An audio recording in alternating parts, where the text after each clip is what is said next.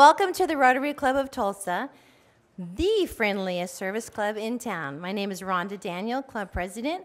We are so glad that you're with us today. Let's begin our meeting by having our volunteers come forward, which they already are. Invocation today will be by Norm Simon. Song and pledge, Jerry Dillon. Thank you, Tom, for being on the piano. Visitor introduction by Joy Longmire. And now, Norm. Please bow your heads. Dear God, help us look to the past with gratitude and to the future with hope. We remember this day those who have gone before us here, who labored not for themselves alone, but with a vision of building for the future a world better than they had known. Inspire in us also a like vision, that we too may labor for things beyond ourselves, that our lives may be dedicated to high purposes and grand horizons. Make us unafraid of hopes and dreams. Release us from cynicism and despair. Teach us to lose hope, to never lose hope in our potential to transcend them. Amen. Darren Walkup contacted me this morning and said, I got tickets to the World Series game tonight. Would you pinch hit for me? So those of you who grew up playing baseball, those of you that got to get out of school to watch the game, watch it on TV, on the radio as you're growing up. This conjures up some great memories for those of us who are a little bit older. So today, let's join together at this. It's the second half of the seventh inning, and everybody stands and sings, "Take Me Out to the Ball Game."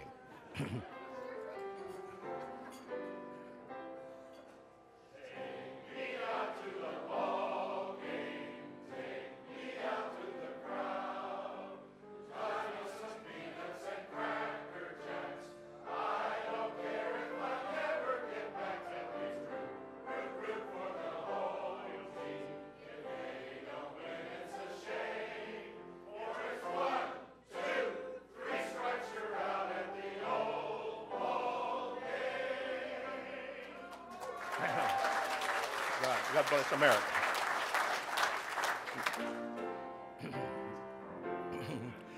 God bless America, land that I love. Stand beside her and guide her through the night with a light from above. From the mountains to the prairies, to the ocean, white with foam. God bless America, my home, sweet home.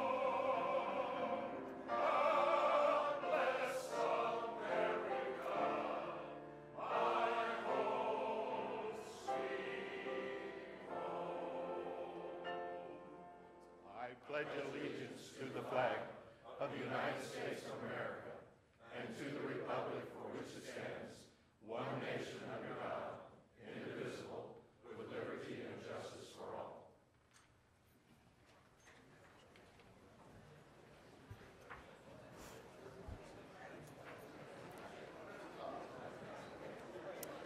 I wish there had been a camera on Linda Bradshaw during that rendition of "Take Me Out to the Ball Game."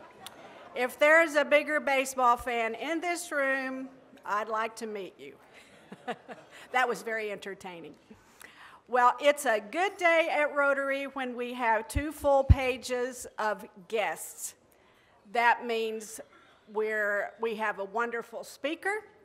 That means when I make the introductions, I don't have to worry about mispronouncing anyone's name, because what we are going to do is all of our visiting Rotarians, along with our Rotarians and their guests, are going to stand now, and we're going to give everyone a big welcome.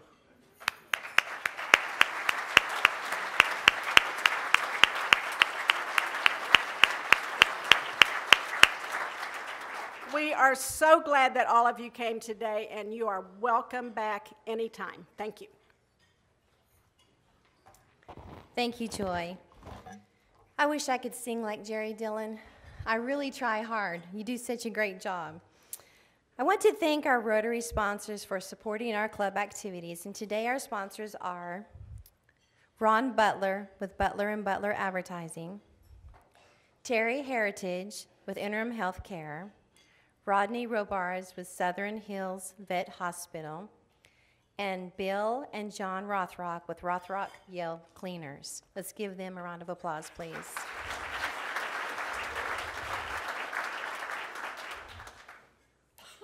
In addition to today's sponsors, let's also thank all the many volunteers who came early to help make this meeting run so well. Let's give them a round of applause.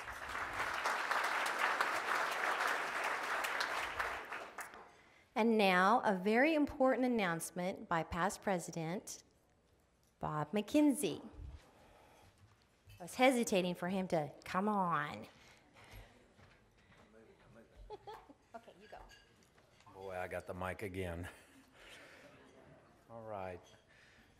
As the chairman of your nominating committee this year, I want to thank all those members of the nominating committee. We should have a slide going up there, I think. Let's see, do I do this? Okay, got it. And those are the folks that were on the nominating committee, and we do appreciate the work that they put in, and we will present the slate to you at this time. We have those that are continuing on our board and in service, and first will be our president for next year, Jeff Hassel, who could not be with us today, but is very excited to be able to serve us. Our secretary-treasurer for next year is Paul Ballman. Our two continuing directors at large, and if you'll come forward as I call your name, I'm sorry, if you'll come forward, Paul, if you're here. Our two continuing directors at large are John Howland and Tony Oliva. Our immediate past president will be Rhonda Daniel. They've got this written wrong again. Do you know that? Anyway, I just want to let you know that. Terry might not like that, but anyway. Our new club foundation trustee is Sandy Siegfried. Is Sandy here today? On December 3rd, you will elect one from a group of 3 to serve as a director at large for 3 years, and those candidates are Brian Bovard, Katie Johnson, and Carl Vinson. If they would come forward.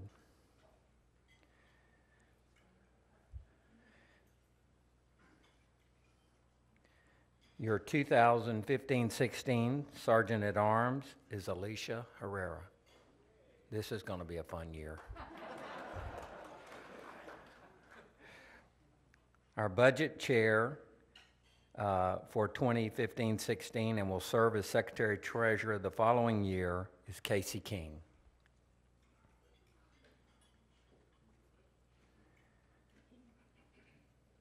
And your president nominee serving as president for 2015-2016 is John Raines.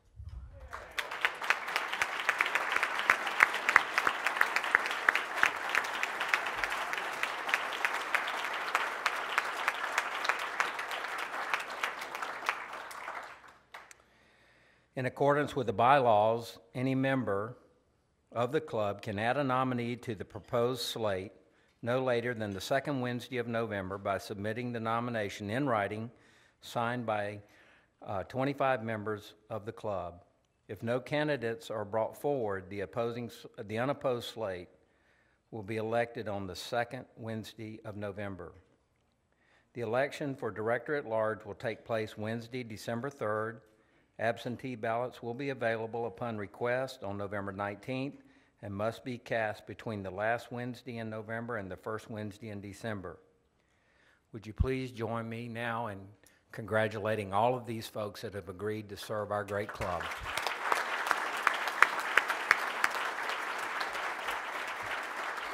Thank you, President Rhonda.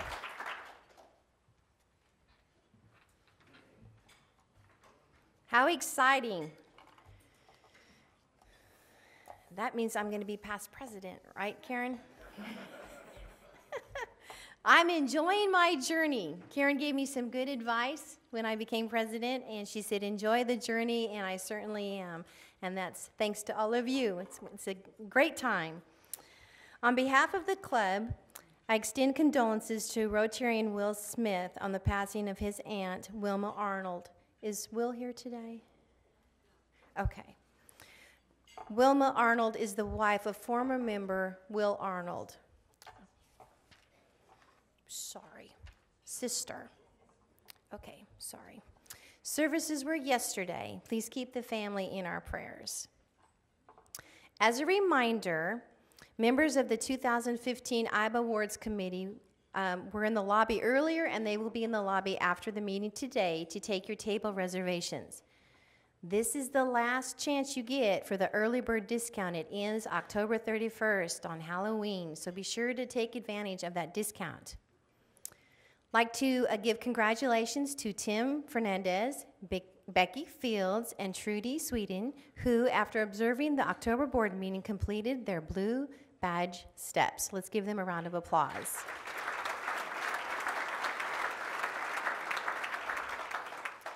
I want to thank you for passing the End Polio Now Mason jars again last week. We raised an additional $456 last week for a total of $1,300 for the Rotary Foundation Polio Plus in celebration of October 24th, World Polio Day. So congratulations on that. If you have not done so already, you may still sign up to help on Saturday, this Saturday, for the Medical Supply Network. From 8 till noon, we will inventory and package donated medical supplies being recycled and shipped overseas. You can sign up on DACDB, or you may see Brenda. Brenda, are you here? I saw you earlier. Wave at me. There you are. Now, if you haven't received your flu shot already, please listen carefully. On November 19th, Terry Heritage interim healthcare nurses will be in the lobby before and after Rotary to administer the flu vaccinations.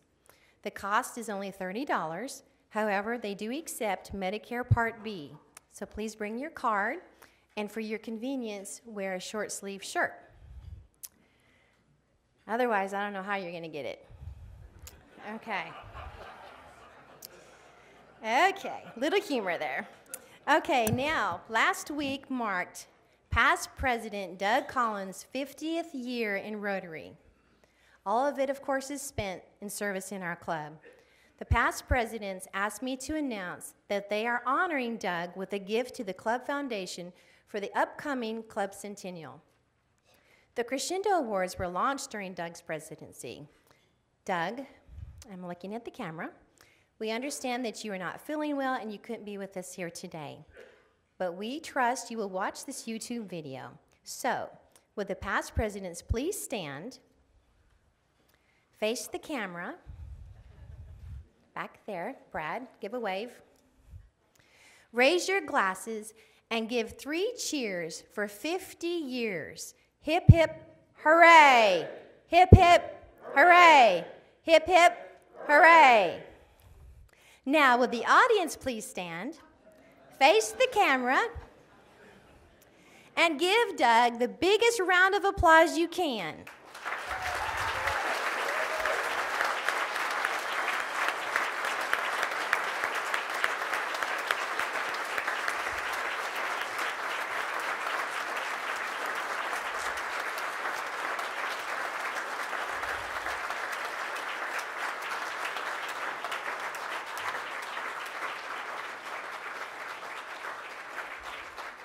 We miss you, Doug, and we look forward to seeing you really soon.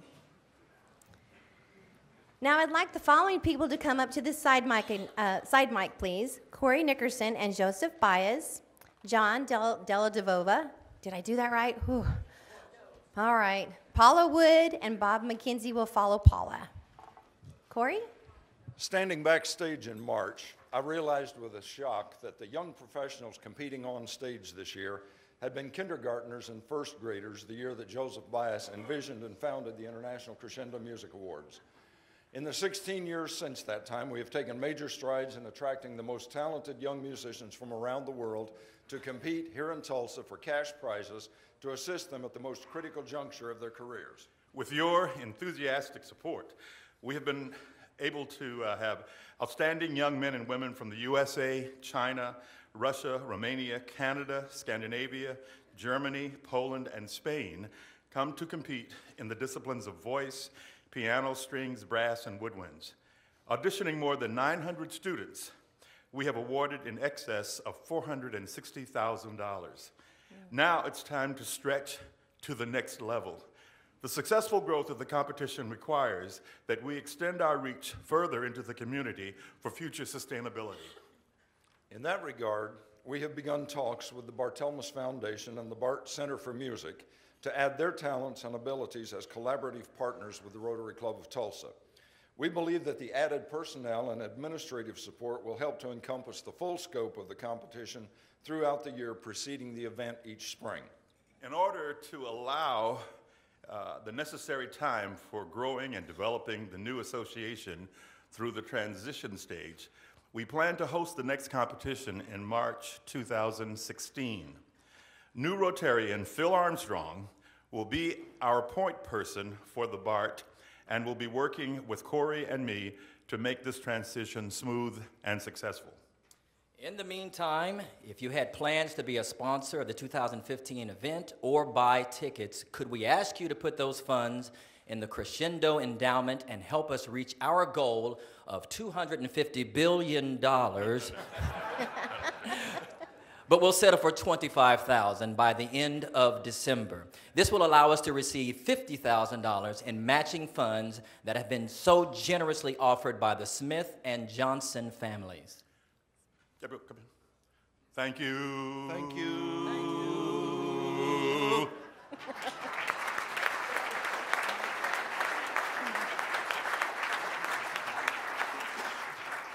I can't sing like that, but I can ring a bell.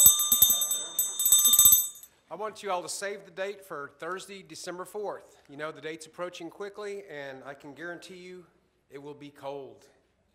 It always is for the ringing of the bells, but you have warm hearts, and that's the main thing that matters. We're going to man 11 locations, and there'll be 88 slots available. You can sign up out on the foyer on the board. We have Billy's on the Square, Bank of America, both of those downtown, Petty's, and Walgreens in Utica Square. Billy's also on the Square. Walmart at 67th and 81st, and Lewis, and Macy's, and Woodland Hills. Now, spouses are welcome. Sometimes I've signed up for this event, and I've gotten so busy that my spouse went and pinch hit for me, so don't be afraid to do that either. And children are welcome too, grandkids, anybody you want to bring. How many have ring the bells before? That's awesome. I think that'll almost, how many would like to ring the bells this year that have never done it? Okay, we've got the board filled up. That's perfect. And some Rotarians out there have been doing this with buddies of theirs for like 15 or 20 years, so this is a really special project for both Rotarians that can ring together. And this is something one of the majors told me, the Salvation Army touches 1 in 4 people's lives. That's pretty amazing when you think about it. So sign up in the foyer for the next few weeks, and we'll look forward to ringing the bells together.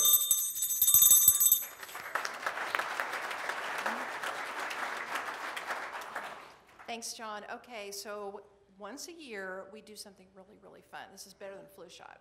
Oh, yeah, anything is better than a flu shot. So on Saturday, December 6th, you have the opportunity to shop with a cop, with some students. It's not going to affect the ball game that day. I'm not going to say who's playing because that might, you might not sign up. You have multiple opportunities. You have sign-up sheets on your tables, sign-up sheets outside. Call me. And we have... I'm Marcy Brannon. I am the kind of liaison with the FOP and you guys I'm going to have 35 officers there, I hope.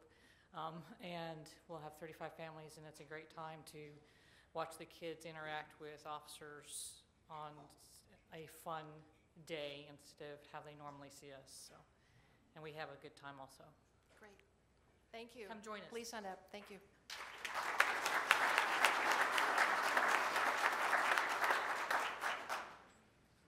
You're giving me the mic twice. I know. This is dangerous business. There's a flyer on your table. Would you pick it up for me? There's a flyer. It's got my picture on it. You can throw darts at it or something. Would you fold that and put it in your pocket? Would you take it home? Would you think about and pray about giving to help wipe out polio in the world? I'm ready.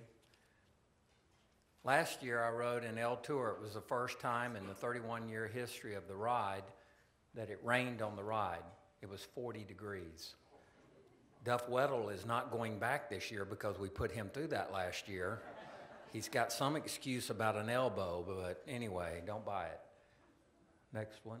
This is John Huco, our General Secretary, and I after the ride. I'm wondering why that picture isn't shaking because we were absolutely freezing. We're ready. That's us taking a picture. You notice I'm doing this close and he's just got his fist up, but that was after the ride. On our last one. Can you help me so that we don't ever have this again? Can you help me? I'm going to ride on November the 22nd, and so I'm going to try and make that my 100th 100-mile ride. I've got 2 to do before I get there. So could you give me $100 for that, maybe?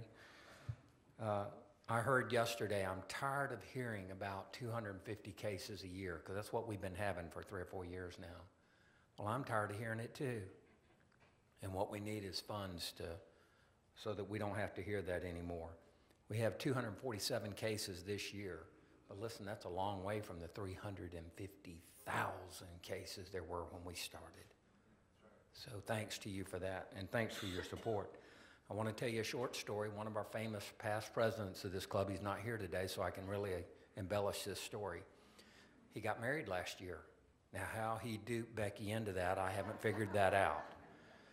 But as a wedding present, he gave vaccinations for polio to Becky. And Becky, not to be outdone, turned around and wrote the same check for Matt. And between the two of them, they immunized nearly 2,000 kids. So every dollar given will count towards your Paul Harris Fellowship. It'll be matched 2 for 1 by the Bill and Melinda Gates Foundation, up to $35 million.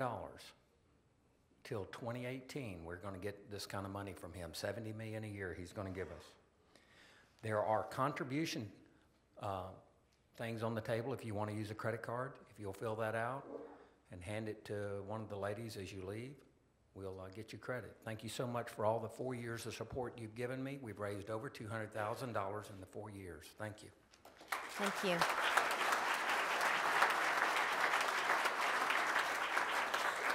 Speaking of giving, you have some news for us today. We have some fines. First, I'm delighted that Alicia's taking this up next year, so I think we're in for some more smart ASS remarks for another year to come. As a reminder, all Sarge fines are for the local foundation and the various causes and the wonderful work the foundation does. To start off today, we had an administration error, but Marlene was kind enough to actually pay a fine for it. So I wished her a very happy birthday, and she told me it was in February. I said, well, that's worth something for not updating it in DACDB. So Marlene, I see you right back there. Thank you very much.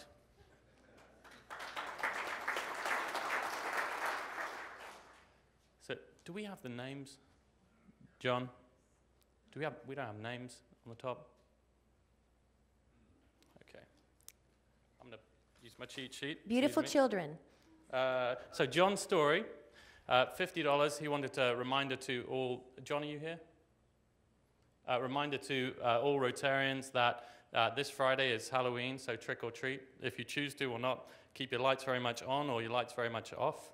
And this announcement was from 3 feisty grandchildren, T-Rex, Elsa, and Anna. So thank you very much, John.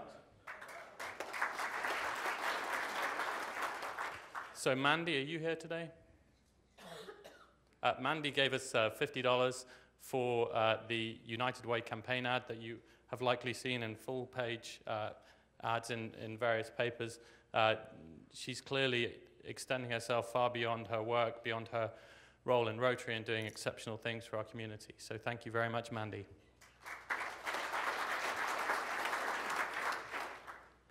Dick Gable. He's over here. There he is. $100 for your birthday on November 7th. Thank you very much. Karen?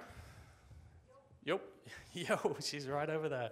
So Karen spotted in the Tulsa World today that there was a, can you identify this Tulsa landmark? And as most of you will recognize, that's our centennial globe. So Karen gave $100 for the centennial celebration. Thank you very much. Karen also may have forgotten, but she'd also given me another fine for this week for her birthday on November 6th. And this is Karen at Boo Ha Ha. And I can't figure out if Karen grew or shrunk or the car grew, but apparently she fits in it. So thank you very much, Karen. David Dopp, I've seen David today over there. So $116 from David. 71st birthday on November the 11th, 41 years in Rotary, its third wedding anniversary to Tammy, and his son Davis, that you'll see in the picture, was 1 year old on November 13th. So a very busy year for David. Thank you very much.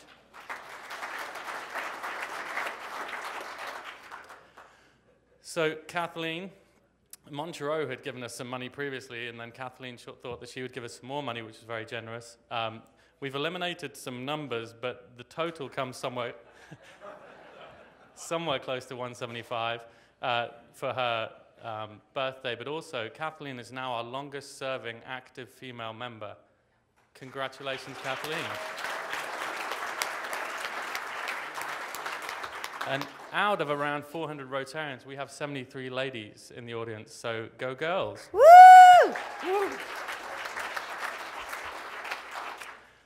Mark, are you here?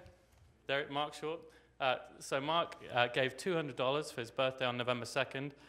100 was for his birthday, and then another 100 was for mentioning the reading partners last week. So as many of you may know, Mark has been actively involved at Celia Clinton, and the Reading Partners program, 45 minutes reading. There's an additional 15 minutes in advance where you show up and get prepared for it. It's a wonderful program. We had a couple of quotes for the impact you can have on kids' lives. So one is, once you learn to read, you'll be forever free. And children are made readers on the laps of their parents, and many of these kids don't have parents' laps to learn to read on, and that's where Rotary steps in. So thank you very much, Mark. Mm-hmm. So Jim Dunn, you may have seen a small piece in the business section about Mill Creek turning 80 on November 14th. So Jim decided that he should make a little donation for it. So he wanted to give $80 to Celia Clinton. But we thought that 80 years probably deserved a little more, so he gave $80 for MSNI, and he gave $80 for Crescendo, and he gave $80 for Polio Plus. There must be a Mackenzie Yay somewhere. And he gave $80 for Water Wells. So that was $400 from Jim Dunn. So we're about $1,250 this week, but who's counting, Alicia?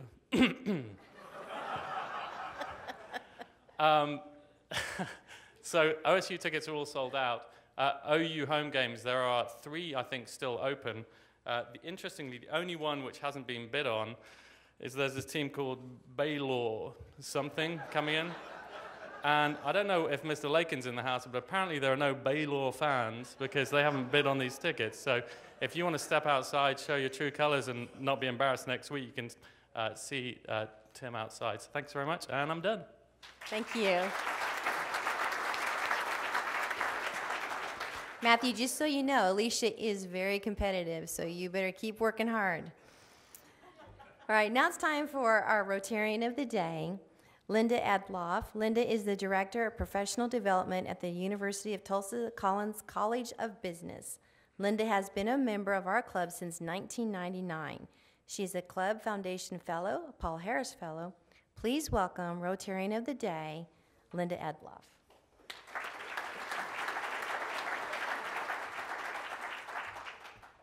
Thank you, President Rhonda. Well, I have to share with you that the last time I followed today's speaker at the podium, I had to stand on a box. And that's a plain fact to you right now. We have lots of very tall podiums. And I was surprised when most of us had to take to the box after speaking after today's guest. But beyond his physical stature, today's guest speaker has cast a tall vision for one of the top private educational institutions in the country. Our 17th president at the University of Tulsa, Dr. Steadman Upham, came to TU in 2004 from the highly recognized California Claremont Graduate University, where he served as president and CEO. His vision and presence at the University of Tulsa led to expansion and transformation of the University of Tulsa campus as well as Gilcrease Museum. That same vision has expanded academic programs and paved the way for students to learn from some of the nation's top public and private companies, their leaders, and researchers.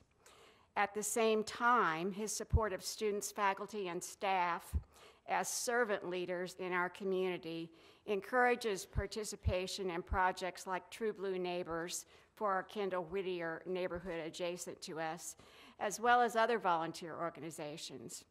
Dr. Upham is a widely published archaeologist, has written or edited 9 books, and contributed to more than 75 books and journal articles. He has lectured extensively throughout the U.S. and Canada, served on a multitude of boards, and received numerous awards for speaking, teaching, and distinguished service. Most recently, Dr. Upham was honored by the Oklahoma Council for Community and Justice for his advocacy for diverse and inclusive communities, his transformational leadership, and the University of Tulsa's commitment to enriching the lives of Oklahomans through scholarship and service. Please give a Rotary welcome to Dr. Stead Upham.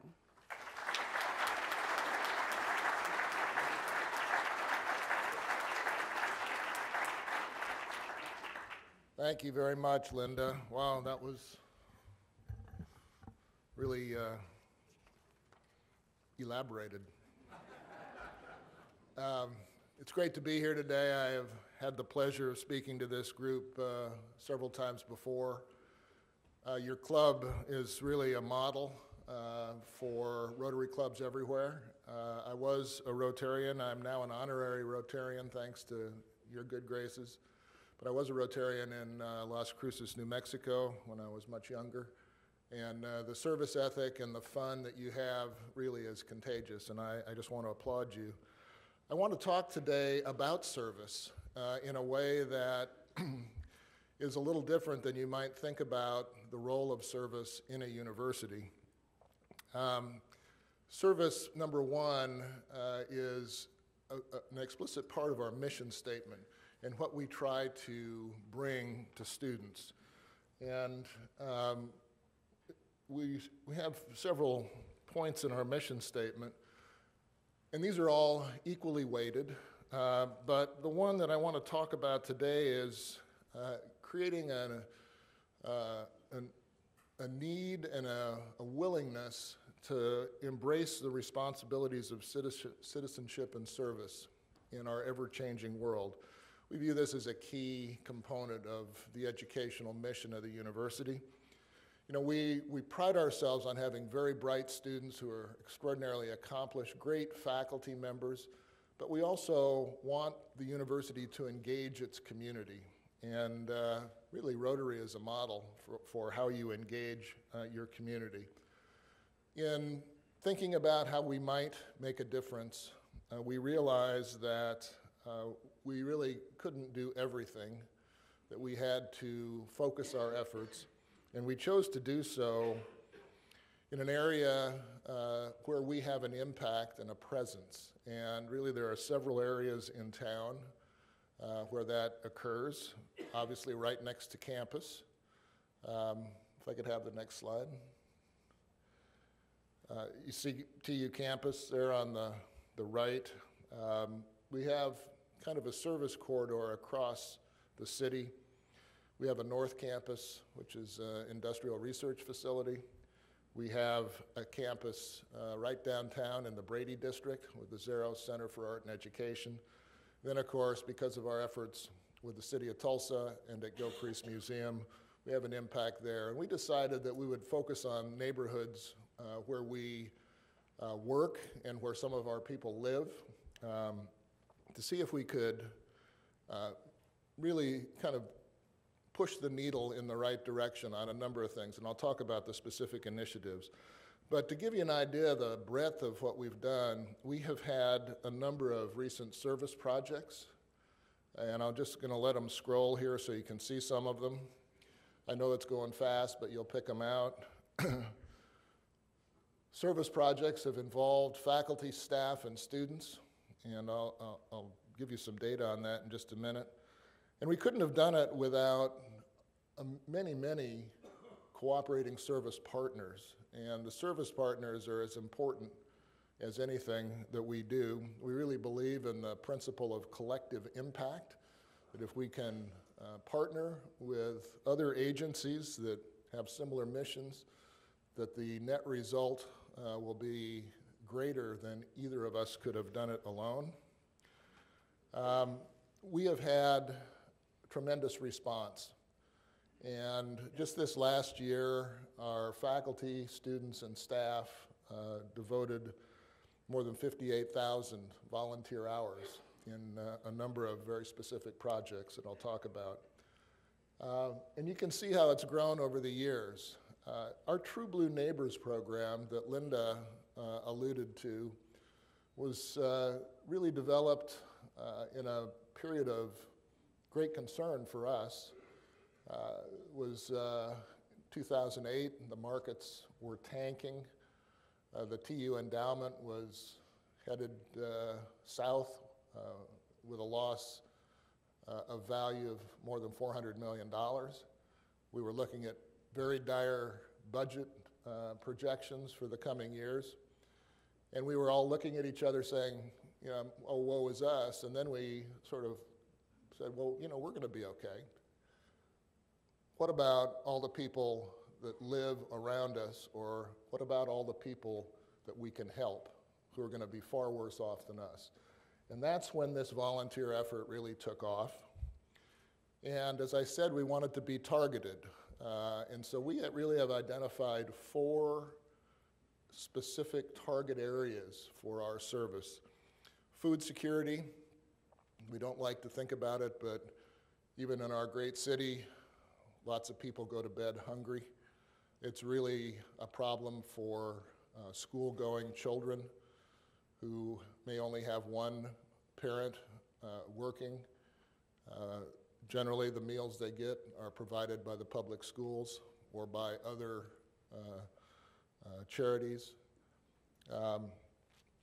We decided we would do what we could to move the needle positively on food security. Neighborhood redevelopment. 10 years ago, the neighborhood to the west of the University of Tulsa was one of the highest crime neighborhoods in the city. It was a haven for crack houses and meth labs. Prostitution was rampant, and violent crime was on the increase.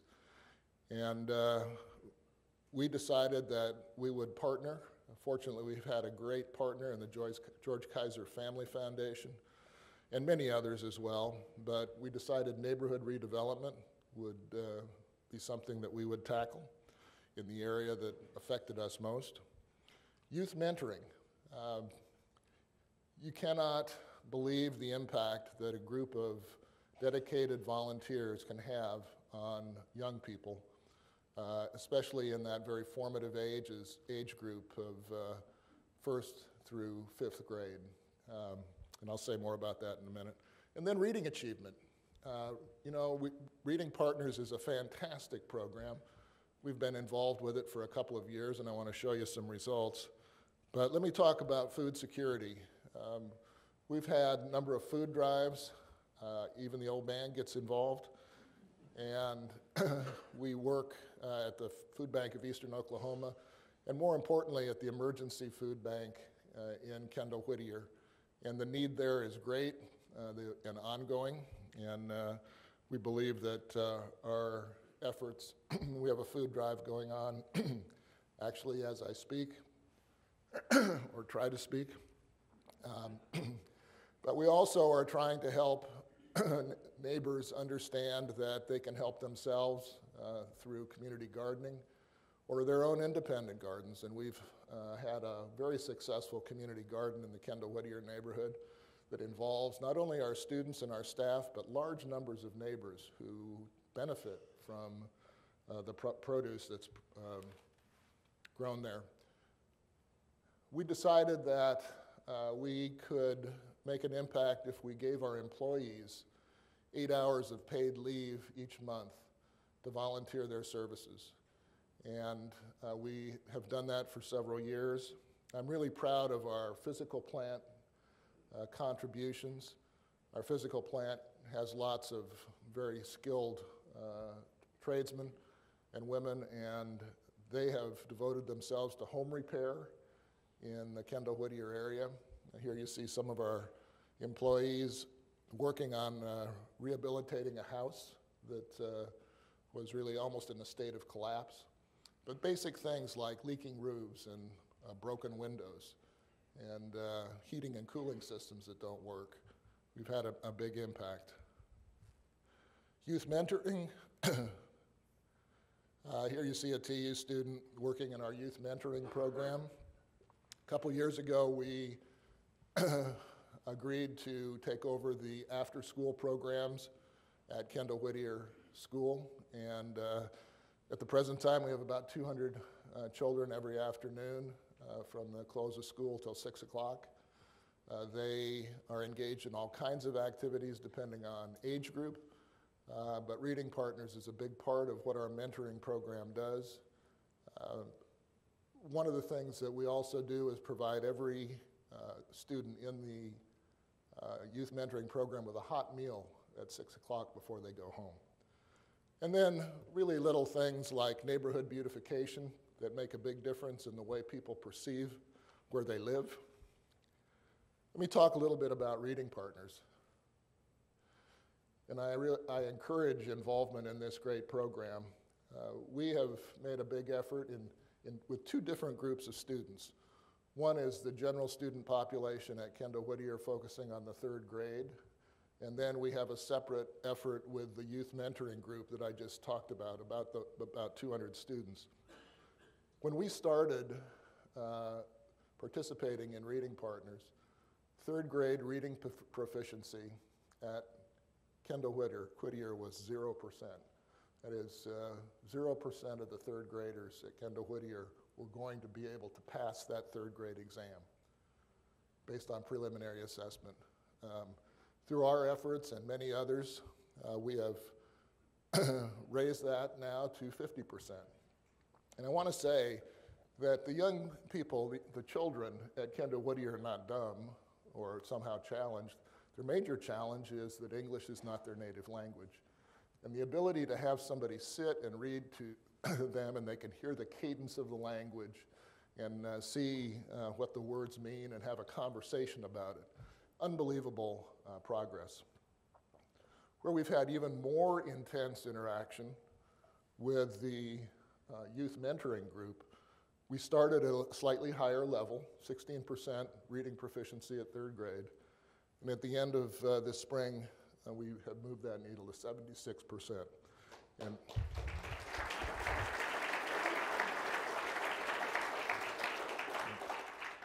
it's really a testament to those 59,000 hours of volunteer service that we've participated in. The West Park redevelopment is part of the neighborhood redevelopment initiative that's one of the 4 prongs. And here again, see the map.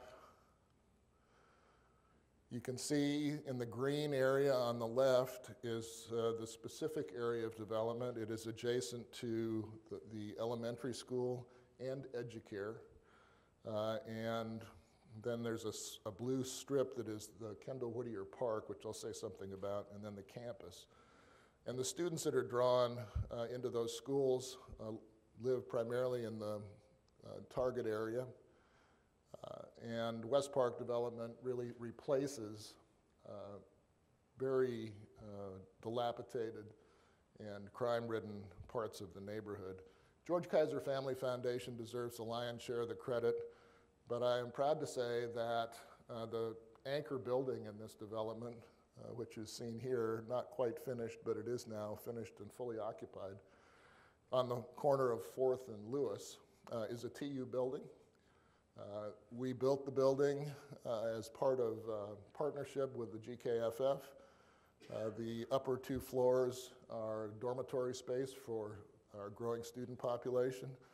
And the bottom floor is office space for nonprofits in the city. And also we have a fitness facility in the building that is open to the entire neighborhood. And if you haven't been over there to look at it, it's really pretty spectacular what's happened. These dilapidated neighborhoods have been replaced with affordable housing and are fully subscribed. The neighborhoods are safe and secure. Because of our building, we have security patrols that cover that neighborhood. And it's amazing. You walk over there, you see families walking, you see families playing in the open spaces that have been created. And no more important open space exists than the park, Kendall Whittier Park. Several years ago, this park could have been called Needle Park.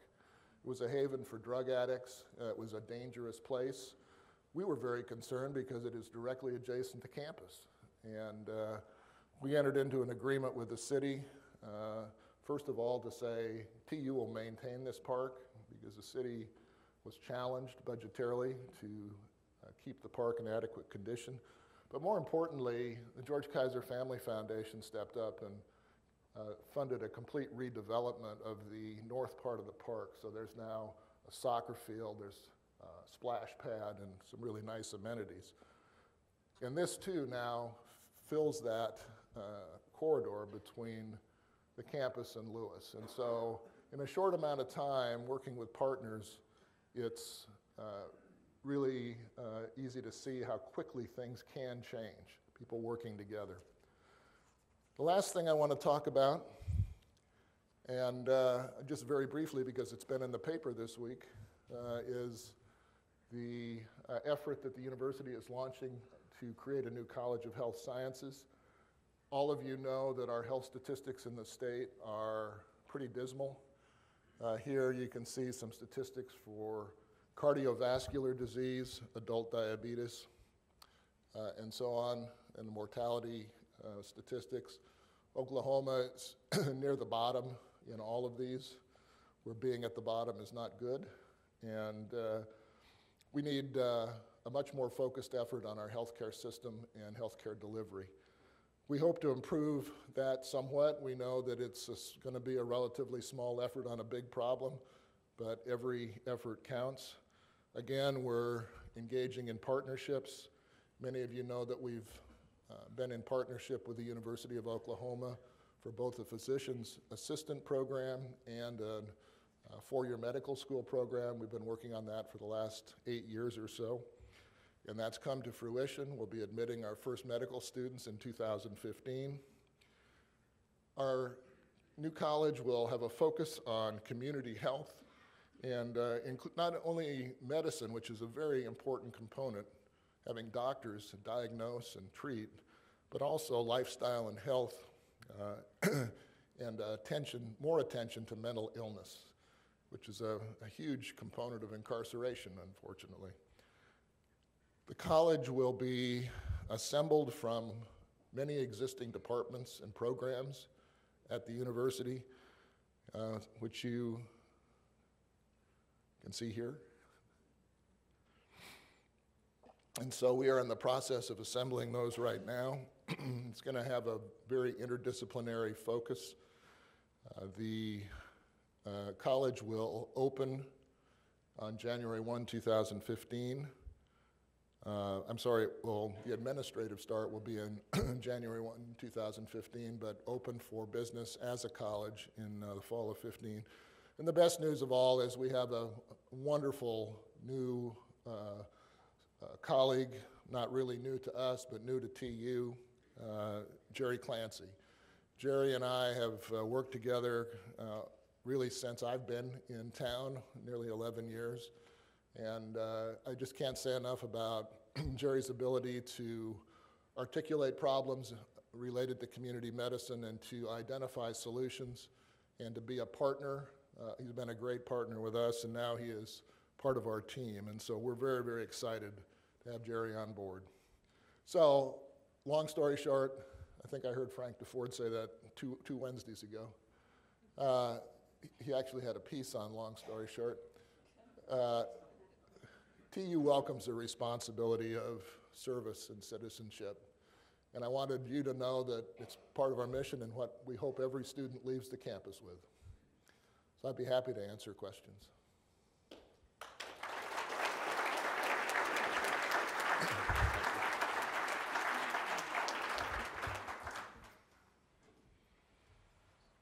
Was 8th Street closed between Delaware and onto the west? 8th Street. 8th Street. Yes, it hasn't been fully closed, but it's been made one way. Yeah. Parts of 8th Street were closed for the project. We took out, I think, one segment of a block for it. Yes? How do you see the continuing collaboration with OU with Jerry Clancy coming over? How do you see the continuing collaboration with OU, with Jerry Clancy coming to TU? I see it as tremendously enhanced. We've had an outstanding working relationship with both the Norman campus and the Oklahoma City Health Sciences campus. David Boren is a tremendous partner. We actually have been recruiting Jerry for a while, and we actually have known how the outcome would be for several months, but in courtesy to University of Oklahoma, they had lost their dean. Dan Duffy had retired, and with Jerry, the president, coming to TU, they would have a leadership void, and we waited until their processes had worked so that they could name a replacement for Jerry at the same time. So that's why it was a well-known secret. Yes?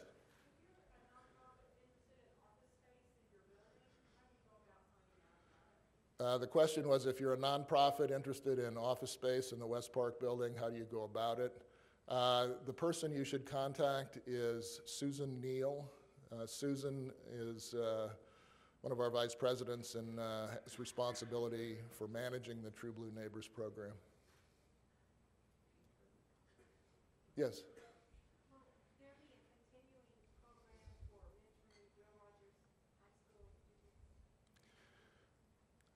We have had fits and starts with that program, as you probably know. It's been a challenge, not because of the people, but because of the administrative structures, and we're working through that. But in the meantime, we have kind of shifted our efforts to the Kendall Whittier School, primarily because of the third grade reading requirement and the very deleterious effects of that for a young person. But yeah, no, we still have volunteers working in Will Rogers, but it's not as organized as it once was, actually. Well, thank you all so much. It's a pleasure.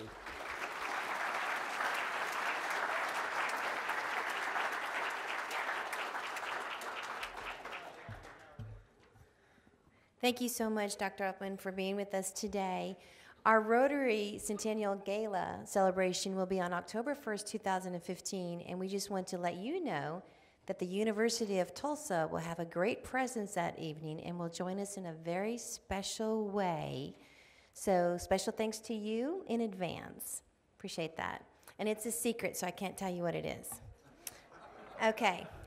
A book recognizing today's program will be presented to our partner in education school, Celia Clinton Elementary, Percy Jackson and the Olympians. And so we will present that to the school. We have some very exciting programs coming up. Don't forget, next week is Business Visitation Day. There's still a few spots left, so if you have not signed up, you can see Charles Seacrest, or you can let the office know. And then November 12th, this is, if I was to pick a very special meeting, this is the one that means a lot to me. It is in honor of our veterans on November 12th. Joseph McGuire, Vice Admiral of the U.S. Navy, retired, and President and CEO of the Special Operations Warrior and Foundations will be our speaker that day. Please bring your veterans, the women and men who have served in our country. It means a lot to all of us. And I'm married to one. So please bring your guests that day. It's going to be a great meeting. It'll touch your heart. As we conclude, I hope you enjoy this familiar tune sung by Debbie Boone for some light-up Rotary fun to brighten your day. Closing music, You Light Up My Life, dedicated to Terry Wayne Daniel. Have a great day. Waiting for someone to sing me his song. So many dreams I kept deep inside me, alone in the dark. But now you've come on.